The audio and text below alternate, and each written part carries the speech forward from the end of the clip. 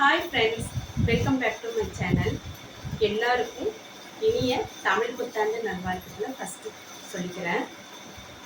நான் 2-3 வாரமாக நான் வீடியோ அப்லோட் பண்ணல. ஏன்னா உடம்பு சரியில்லை. என்னோடது ஜாயிண்ட் ஃபேமிலி, எல்லாருமே குட்டீஸ் எல்லோரும் இருக்கிறதுனால யாருக்காவது ஒருத்தருக்கு உடம்பு கிட்டாவே வரிசையாக எல்லாத்துக்கும் வந்துடுது. வீடியோவும் எடுக்க முடியல.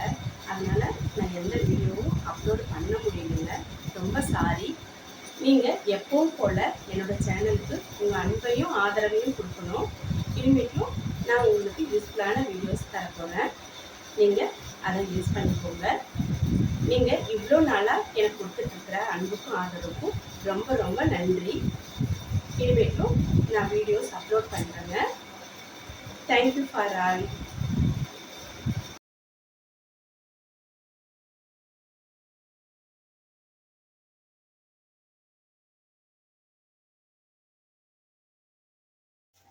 இன்றைக்கி நாட்டுக்கோழியை வச்சு சேலத்தில் விவேகானந்தா ஹோட்டல் ஸ்டைலில் எனக்கு கிரேவி செய்ய போகிறேங்க. அதுக்கு என்னென்ன பொருட்கள் வச்சு அரைக்கணும், எப்படி செய்யணும்னு இந்த வீடியோவில் பார்க்கலாம். நாட்டுக்கோழியில் தான் நல்லாயிருக்கும் இந்த சிக்கன் கிரேவி. நான் 1 கிலோ அளவுக்கு போட்டு கிரேவி வைக்க போகிறேன். 1 டேபிள் ஸ்பூன் அளவுக்கு சோம்பு, 2 டீஸ்பூன் கசகசா, 1.25 டேபிள் ஸ்பூன் அளவுக்கு மிளகு, 1/2 டீஸ்பூன் அளவுக்கு லவங்கம், கிராம் போட்டுக்கலாம். பட்டை 2 இன்ச் அளவுக்கு பட்டை சின்ன சின்னதாக இந்த மாதிரி கட் பண்ணி போட்டு வச்சுருக்கேன். 50 கிராம் இஞ்சி, 50 கிராம் பூண்டு. இதை நம்ம ரொம்ப நைஸாக அரைச்சிக்கணுங்க. முடிஞ்சால் கிரைண்டர்லேயே கூடயும் சேர்த்து நைஸாக ஆட்டி எடுத்துக்கலாங்க. எப்போ அரைச்சிட்டு வந்து காட்டுறேன் நான். இந்த கிரேவிக்கு கடலெண்ணெய் ரொம்ப நல்லாயிருக்கும். அப்படி இல்லை அப்படின்னா நல்லெண்ணெய் சேர்த்துக்கலாம். கடலெண்ணெய் 1 கிலோன்னா 300 ml ஊற்றணுங்க. தப்பாமல் செஞ்சால் கிரேவி வந்து அந்த ஹோட்டல் ஸ்டைல்லையே இருக்கும். கடலெண்ணெய், சின்ன வெங்காயம் இந்த மாதிரி நிறையா சேர்த்துக்கணும். இது வந்து 1.25 கப் அளவுக்கு இருக்குது. சின்ன வெங்காயம் இந்த மாதிரி 2 கட் பண்ணி வச்சுருக்கேன். தேவையான அளவுக்கு உப்பு, அரைச்ச மசாலா பாருங்கள் எந்த அளவுக்கு நைஸாக அரைச்சிருக்கேன்ட்டு. இதை நான் வந்து கிரைண்டரில் போட்டு அரைச்சேங்க. பாருங்கள் நைஸாக இருக்குது, எல்லாமே நல்லா அரைப்பட்டிருக்கு. இது வந்து கறி மசால் 1 டேபிள் ஸ்பூன் அளவுக்கு. இந்த கறி மசால் வந்து நான் ஏற்கனவே வீடியோ போட்டிருக்கேன், யூஸ் பண்ணிக்கோங்க. மஞ்சத்தூள் 1/2 டீஸ்பூன், மிளகாத்தூள் 1 டேபிள் ஸ்பூன் அளவுக்கு. இப்போது நம்ம எப்படி தாளிக்கிறதுன்னு பார்க்கலாம். பித்தளை பாத்திரத்தில் செஞ்சால் ரொம்ப நல்லாயிருக்கும். நான் அதனால் பித்தளை பாத்திரத்தையே வச்சுருக்கேங்க. 300 ml கடலெண்ணெய் சேர்த்துருக்கேன். சிக்கனை நல்லா வாஷ் பண்ணி வச்சுருக்குங்க. இதை வந்து ஃபுல் கோழி 8 பீஸாக போட்டுட்டு வந்திருக்கு. இந்த மாதிரி பெரிய பெரிய பீஸாக. எப்படி செய்யணுன்னு பார்க்கலாங்க. எண்ணெய் காஞ்சிருச்சு. 1/2 டீஸ்பூன் அளவுக்கு கடுகுளுத்தம் பருப்பு போட்டாச்சு. இப்போது இந்த எண்ணெயிலேயே சிக்கனையெல்லாம் சேர்த்துக்கணும். இப்போ இதை வந்து நல்லா ஹை ஃப்ளேமில் வச்சு நல்லா ஃப்ரை பண்ணிக்கணுங்க. எண்ணெயிலேயே சிக்கன் வந்து நல்லா வதக்கணும். இப்போ இது கூட கட் பண்ணி வச்சுக்கிற வெங்காயம் எல்லாத்தையும் சேர்க்கலாம். கூடவே கருவேப்பிலையும் சேர்த்துக்கலாம். இது கூட நம்ம மசாலா சேர்த்துக்கலாம், அரைச்ச மசாலா. இது கொஞ்சம் ஜாஸ்தியாக இருக்கிற மாதிரி இருக்குது. இந்த அளவுக்கு சேர்த்துலாங்க, போதும்.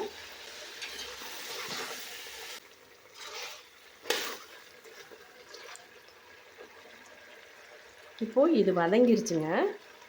உப்பு 1 டேபிள் ஸ்பூன் சேர்த்துக்கிறேன்.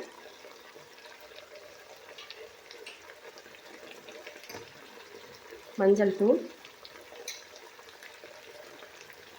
மிளகாத்தூள்,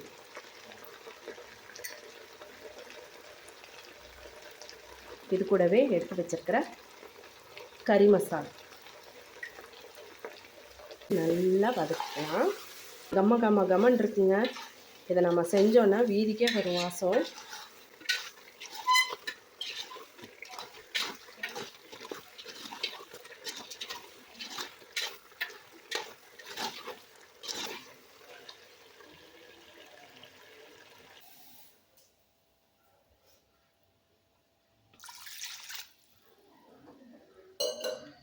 இப்போ நல்லா வேகட்டுங்க. நம்ம மூடி போட்டு வேக வைக்கலாம்.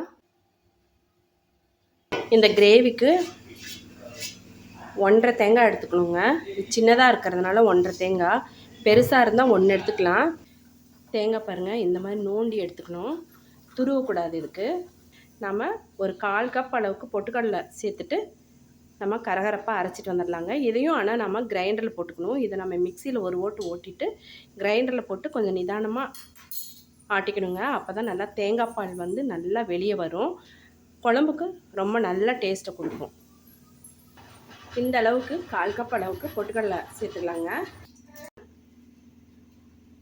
இந்த மாதிரி இருக்கணும், நல்லா வதன்னு அரைச்சிக்கணுங்க. இப்போ இதை நம்ம கிரேவியில் சேர்த்துக்கலாம்.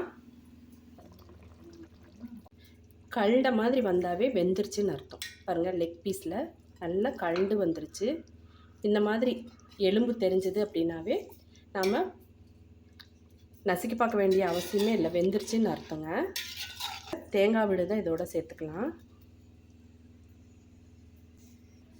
இது கூடவே தண்ணியும் சேர்த்துக்கலாங்க.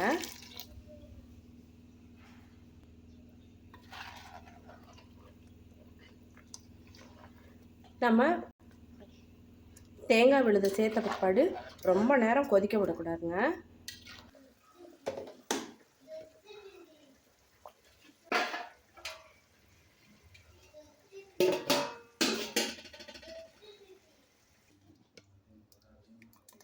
இந்த அளவுக்கு திக்காக இருக்கும். இது ஆறுனா இன்னும் கொஞ்சம் திக்காயிடுங்க.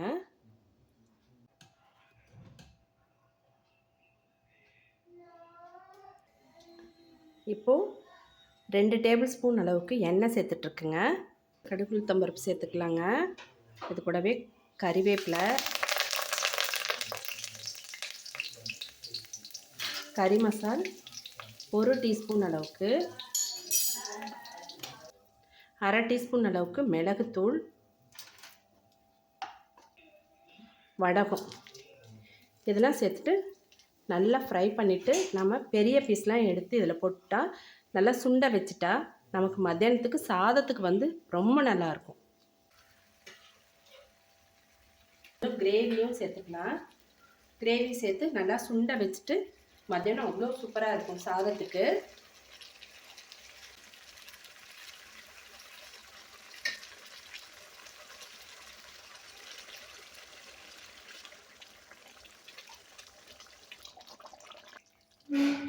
பாருங்கள், ரெடி ஆயிடுச்சு. இப்போ கொஞ்சம் கொத்தமல்லி தழை சேர்த்துக்கலாங்க. இப்போ பாருங்கள், நல்லா எண்ணெய் வெளியே வந்துருச்சு. சுக்கா கிரேவி ரெடி ஆயிடுச்சு. நம்ம எடுத்து சர்விங் பவுலுக்கு மாற்றிக்கலாங்க.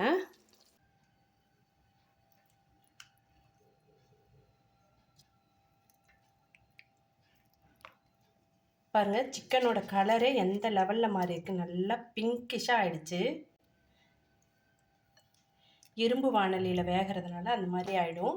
நல்லா டேஸ்ட்டாக இருக்குங்க.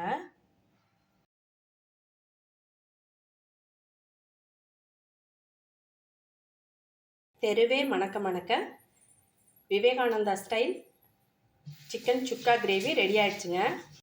இந்த டிஷ்ஷை ஹோட்டலுக்கு போய் சாப்பிட வேண்டியதே இல்லை, வீட்லேயே செஞ்சு சாப்பிட்டுக்கலாம். உங்களுக்கு இந்த வீடியோ பிடிச்சிருந்தா ஒரு லைக் கொடுங்க. சப்ஸ்கிரைப் பண்ணாதவங்க சப்ஸ்கிரைப் பண்ணுங்கள். உங்கள் ஃப்ரெண்ட்ஸ் அண்ட் ரிலேட்டிவ்ஸ்க்கு ஷேர் பண்ணுங்கள். இதே மாதிரி ஒரு யூஸ்ஃபுல்லான வீடியோவில் மீட் பண்ணலாம். தேங்க்யூ ஃபார் வாட்சிங்.